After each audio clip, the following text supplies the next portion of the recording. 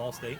I think the keys for Ball State here is to really lock down Fighting Farmers off-ball chasers. As Marcus mentioned, they got Vanessa Go, who's one of the best, if not the best, female player in the game today. And it's going to be very important for Ball State to try and lock down those off-ball chasers to stop the scoring opportunities. They've got a good enough point defense and good enough beaters to stop drives. They just got to make sure they have that back area shored up. And as you can see, brooms up. We are underway with U.S. Quidditch Cup 9. Just the start of the weekend. Pool play underway, bracket play tomorrow, and by the end of the day, around 7:30 tomorrow, we could have a champion. Absolutely. It's definitely going to be a high-stakes weekend. It's going to be intense in every single matchup here, which in turn will turn out some very, very quality Quidditch matches this weekend. And right now, for Fighting Farmers of America, they have bludger control, trying to slowly work the quaffle up the field and be the first team to get on the board, and a pretty good hit there. Absolutely. It was good. Got the ball out securely. Absolutely. Very controlled. Ball State will take it the other way. Absolutely. That's the kind of things I was talking about earlier with Ball State. They're a very sure tackling team. So if you want to score on Ball State, you're going to have to really work those alley-oops, work good cuts deep to the hoops. And that shot no good. Below the hoop there. And one thing I think you notice right off the bat here, we've talked about the keys for these two teams, but you see the size for the Fighting Farmers that they have around the goal for defensive purposes. And we have an early whistle. Ref meeting near the back.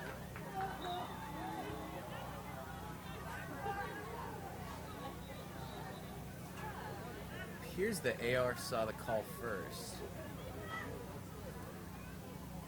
Meaning it more than likely comes from the bludger game.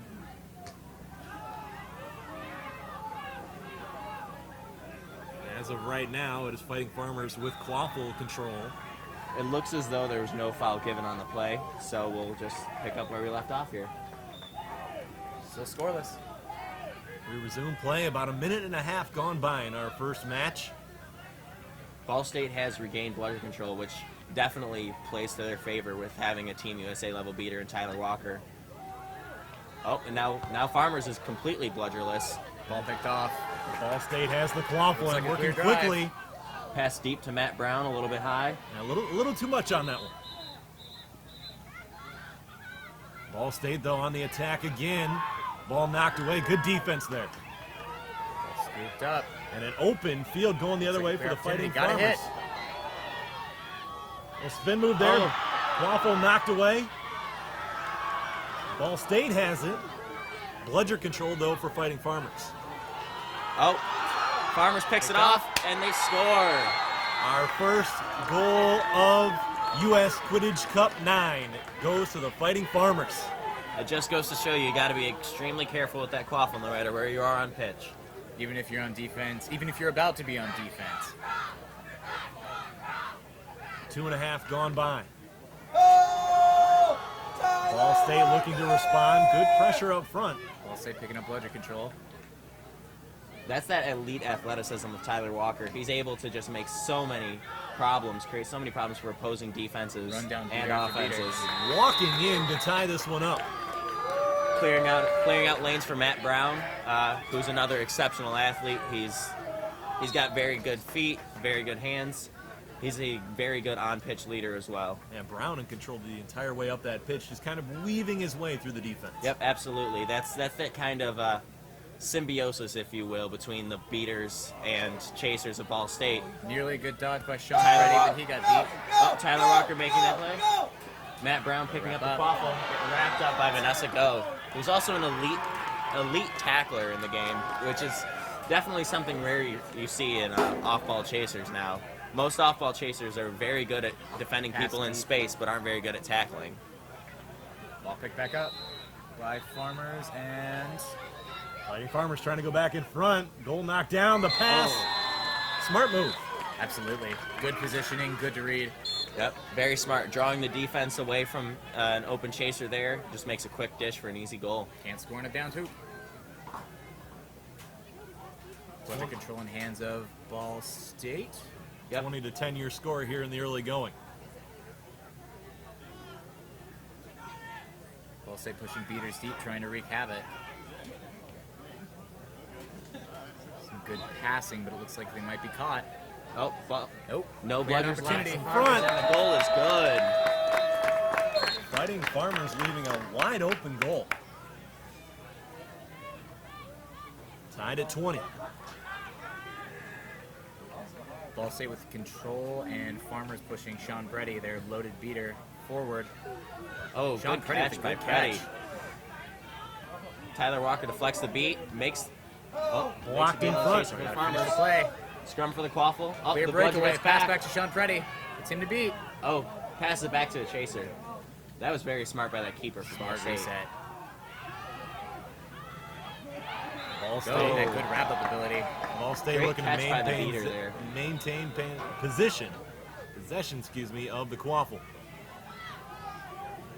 I think that Farmers is doing a good job of it now, and there's something they're going to need to continue to do is just try to eliminate the advantage that having an athlete Good like Tyler dodge Walker in by the beater Sean game Brady. is going to have for Ball State. Good battle in front. Quaffle knocked away. Bludger help there. Almost a clear opportunity. Bowling right through the Solid chaser. power But the through. goal is no good. Takes the long shot, and the goal is no good. Keeper recovers. Finishing those is key. Finishing those is always going to be key. Physicality early. Something you like to see, and you're hearing really a lot of the oohs and ahs from the crowd. Absolutely. This is a sport. It's very easy to get into, get yourself enamored with, especially when you have those kind of plays where people are setting up, just trying to be that last line of defense for their team. And, sometimes the head of steam by the opposing quaffle carrier is just a little bit too much to stop. A little over 6 minutes gone by here in our first match. Tied at 20. Ball State with possession of the quaffle. Pretty good spacing here. Farmers maintaining control of bludgers. Ball State has a pretty good passing attack. They're very good at constantly moving, constantly finding new ways to get open and score. The scoring definitely opened up and then slowed down. This beater game is going to be incredibly key to the match. Absolutely. That's the key to any match with Ball State, really, is whether or not Tyler Walker can establish dominance. Picked up by Farmers. Counterattack coming. Going quickly up the pitch, and once again, Beautiful beat by Tyler Walker. There's one bludger back for Farmers. Maybe they can stop this long drive here. Oh. Brady There's trying to run definitely... down the ball off the side. Oh, it looks like Farmers' keeper sent back to hoops for a jersey pull. Very aggressive point defense there by Vanessa Go. Tell you what, she will not back down from anyone. Not at all. Oh, looks like we have a beater sub here for Ball State. Erin Moreno coming in, their female beater. She's definitely a beater that I think is underrated in today's game. Oh, we got a stoppage of play here. wait and see what the call is here. Had an earlier whistle, they just played on. Yep. You Oh, have a yellow card given to Erin Moreno. I'm not sure what that's for. Then again, obviously they definitely could have seen something that I didn't see. On the ref crew, Clay Dockery. Very old school, very seasoned ref. We got Clay Dockery, we got Jonathan Rulin from Lone Star, who's a very, very good head ref. Also makes an excellent assistant ref. They're being led here by Michael Clark-Polner, who's annually been one of the best referees that U.S. Quidditch has to offer. While we have a moment, let's start to talk a little bit about some of the other matches going on in our 9 a.m. time slot. On pitch 2, New York QC taking on UCLA. Pitch 3, California versus Central Michigan. Bowling Green taking on Intensity. QC Boston versus QC Gumbo. Tennessee Tech versus Penn State. Texas Calvary versus Miami of Florida. And Rochester United versus Virginia. Any really exciting matches that stick out to you there? I think the really exciting match that you mentioned there was the California-Central Michigan match. Central Michigan is a team that I think some people are sleeping on coming into this weekend, but they definitely have the potential from their Pot 5 status to upset the Pot 3 and 4 teams in their pool and capture that last play-in spot. I agree with that. There we are again. that Central Michigan, Michigan State, Ball State, teams coming out of the same area that compete against one another. It's really what a lot of teams share out of the Southwest region when you're talking about teams like Texas and Lone Star QC, that competitive region. Yep, absolutely. I think that in terms of parity, the Southwest and the Great Lakes are likely the regions with the greatest amount of parity, just because we're constantly playing each other. We know each other's playing styles.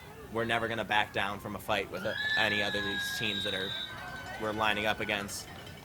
That's definitely a mentality we share with the Southwest, and hopefully that leads to success for the Great Lakes this weekend. After a little bit of an offensive lull for both teams, Fighting Farmers has gone back in front 30-20. And a quaffle loose. That's over. Farmers Chaser picks it up. Anthony Botaw with an errant pass trying to cross the pitch there.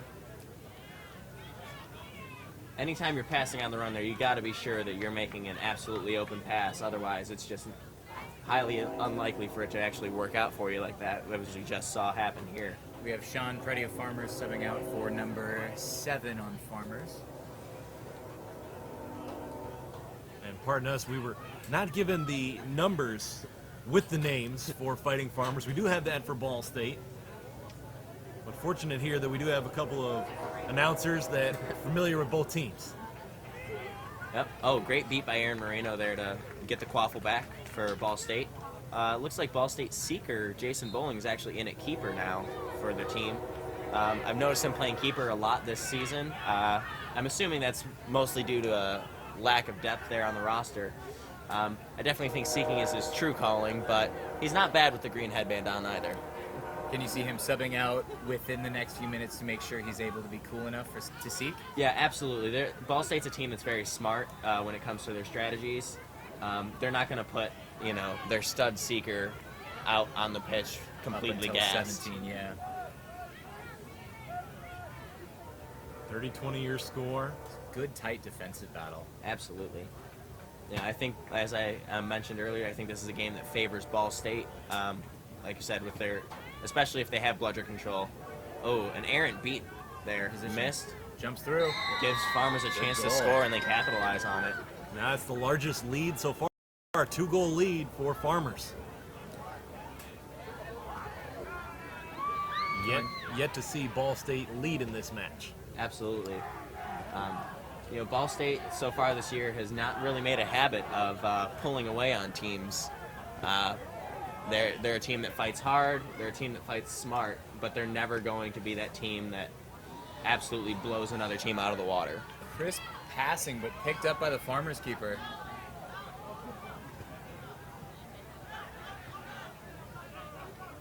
Farmers taking it slow, thoughtful. Oh, looks like Tyler Walker subbed out a beater for Alex Didat. Oh, an open drive for Farmers, hops over top of the female chaser for a goal. And that is the edge of snitch range. 50-29 your score, approaching the 6-minute mark. Oh, Tyler Walker sub back on. Definitely look for him to be leading the charge here to get Ball State back in this game. He's a beater that's just absolutely deadly if you let him have free reign. Quaffle loose. Picked up by Farmers. Ball State's fighting for it though. 1-on-2 there, and Ball State wasn't able to space out enough to keep control. Tight scrum in the center. Oh, Farmers keepers beat. Jason Bowling recovers the quaffle. We decided to play rugby. Sometimes you got to have a scrum for the ball. How often do you see rugby players translate over into the Quidditch game? I see it a lot actually in the Great Lakes. That's something that Michigan Quidditch has made a habit of doing. Back up 3-5. Looks like Ball State scored, getting themselves back in snitch range here, making it able for them to win should a snitch catch come on. But as I was saying, Michigan Quidditch has made a habit out of going to their university's rugby team tryouts, just waiting for the tryouts to end and finding out who made the team, who didn't, and recruiting anybody who didn't make that rugby team. Great beater battles there on the side. I think rugby is more popular in certain areas, particularly up in British Columbia, where you see a few more rugby players. Particularly as a live ball sport, it's more apt to be more Good appropriate. beat by Tyler Walker. Way to read the pass there. Play there. Picked up by Ball State. That's something that's key to being a top beater in today's game. You have to have that kind of field vision, that kind of awareness. You can't let yourself get distracted at all. inside of 5 minutes until the Seeker floor. Oh, awful block there. That's it. Runs Driving. Chance for jumps. Ball State, and they take advantage. They're within one. in. 4 to 5. We have a stoppage of play. Nope, that's on a. No, that's I the think other it's on a pitch behind us. My apologies. Oh, nope. This We is do a have stoppage play on this stoppage page. Good call, Marcus. Referees conferring. Now we're within 5 minutes here. I think this is definitely going to be some of the most intense Quidditch, at least in this first round here. We're within 5 minutes. Score is very close. I definitely think we're going to start to see a little bit of desperation out of these teams, especially being the pot 1 and 2 teams in this pool. Ryan, how tight do you think the beaters on Ball State are going to be to the Snitch? I've noticed so far this year, if you haven't noticed yet, Tyler Walker's that kind of beater who can be all over the pitch, seemingly all at the same time. Typically, they like to leave one beater back to guard against the Quaffle game, and then commit another one to the Snitch. They might change that up a little bit here, but you know, why fix what isn't broke? Some deep passing back and forth. Waffle picked up and coming off the edge by Ball State. That being said, whatever beater they do end up sticking on that Snitch is definitely going to play super tight to them. What adjustments have you seen here now that it's allowed Ball State to go on a nice 2-goal run? I think that they've noticed that their deep passing game hasn't been working very well for them. They're trying to shorten up the passes a little bit, and they're letting their beaters do the work for their chasers. Oh, Missed opportunity there. we have Blake Fitzgerald in now for Ball State. He's definitely a player that's very dangerous. Breakaway He's drive. very quick. Trying to tie it up, and and he he does. scores. That's the danger that Blake Fitzgerald puts on pitch every time he's there. If you don't account for him, some of the best point defenders in the game I've seen him beat. So if you don't account for him with a bludger, it's very, very likely that he's going to score. And then we just saw that there. He's a lot quicker than he looks. He's definitely a lot shiftier than he looks. He's a very dangerous quaffle carrier for Ball State here. 3 consecutive goals, and we are inside 3 minutes until the Seeker floor. Anyone's match right now. I think it's interesting that these two teams have traded 2 to 3 goal runs. Farmers has one bludger back now on defense. Look for Ball State's beating to get a little bit aggressive, try to take that bludger out of the game for him. Now, as we approach that time, who do you see that has the advantage as far as Seeker floor? Well, based on how the beater battle has gone so far, I'd say that's something that's really hard to call. It's definitely up in the air. Ball State's had their flashes of dominance, but at the same time, as we've mentioned, Sean Preddy has also established himself. I should ask you this. Who do you see as the more talented Seekers of these two teams? I think the more talented Seekers goes to Ball State in this instance. State As had we their first mentioned, Jason Bowling, he was named as an alternate for the 2016 Team USA. He's made a long history of coming away with catches in range. 4 consecutive goals for Ball State. They lead at 60-50. We are inside of 2 minutes.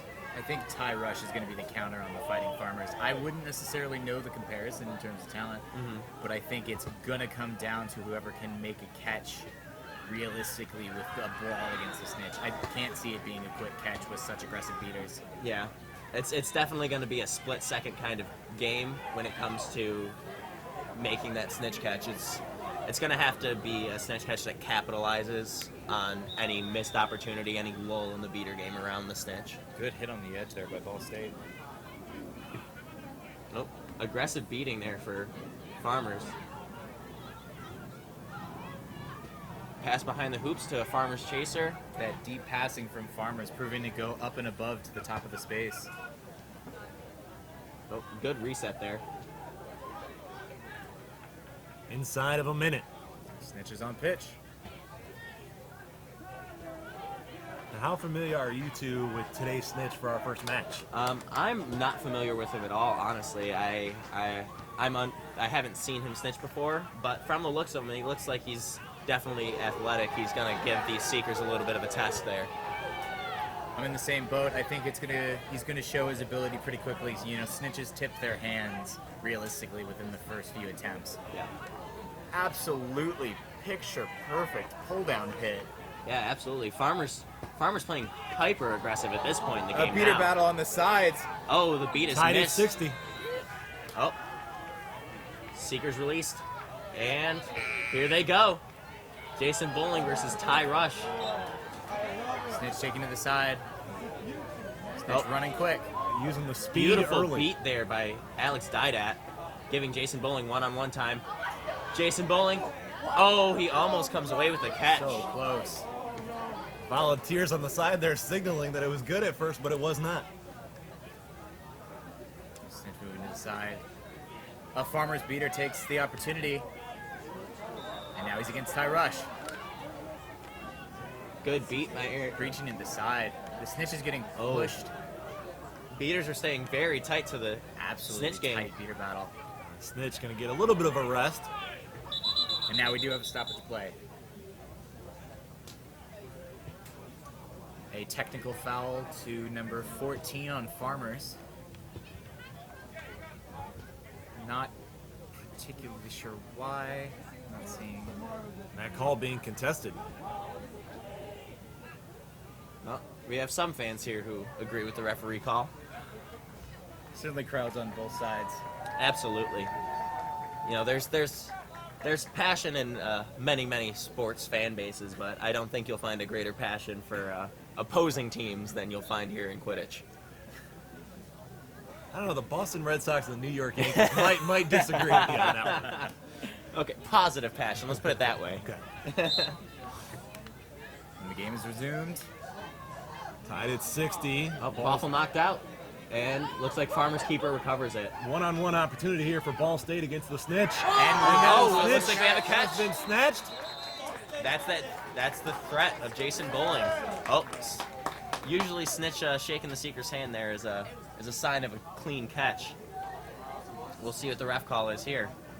Well, it looks like we have a little bit of appealing to an assistant ref there.